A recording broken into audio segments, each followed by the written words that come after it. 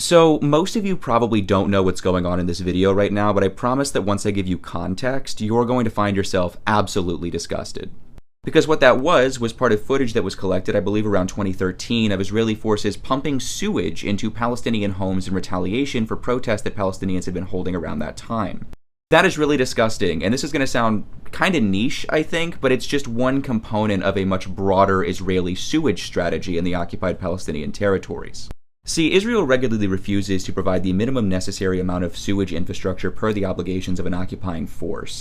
And on top of that, actually actively weaponize sewage as a facet of their larger occupation strategy. Researcher Eyal Weizman talks about this a lot in his book Hollow Lands, which is discussing Israeli architecture and city planning strategies and how that, contributes to their occupation. He notes, amongst other things, that in the West Bank, these sort of segregationist policies of the Israeli government have led to wall building and flow restrictions that have created upwards of 300 of what he calls pirate dumping sites. What those are areas where people are bringing in truckloads of waste into valleys that are next to Palestinian towns and villages. And Weizman actually specifically notes at least one dumping ground near Nablus, where tens of thousands of tons of household garbage from Tel Aviv metropolitan areas have been dumped into this disused quarry. That and other dumping sites have actually led to the widespread breakdown of sewage systems across the West Bank. It goes a lot further than just dumping sites, too. Notably, the Israeli government has actively weaponized sewage to advance their settler colonial goals in the occupied Palestinian territories. The Jahalin Bedouin camp is one example, where Israeli forces who wanted them to move but couldn't get them to just disconnected a bunch of sewage pipes from a nearby Israeli settlement and flooded the entire area, forcing the Bedouins to relocate. It's notable, too, when we're discussing this, that a lot of Israeli settlements are built with little to no actual sewage infrastructure whatsoever.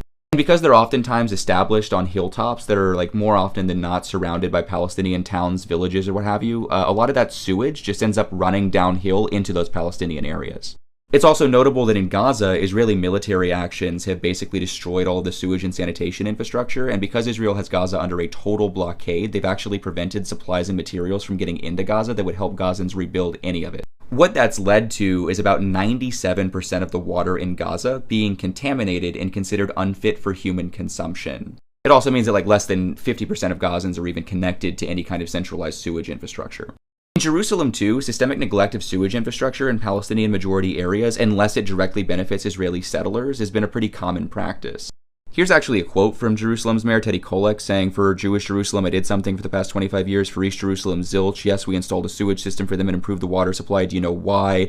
There were some cases of cholera there, and the Jews were afraid they would catch it, so we installed sewage and water systems." So yeah, I'm kind of ranting at this point, but it's just really fucked up and disgusting, and something we should take note of when discussing Israel's occupation strategy. Anyway, as always, free Palestine, and have a great day.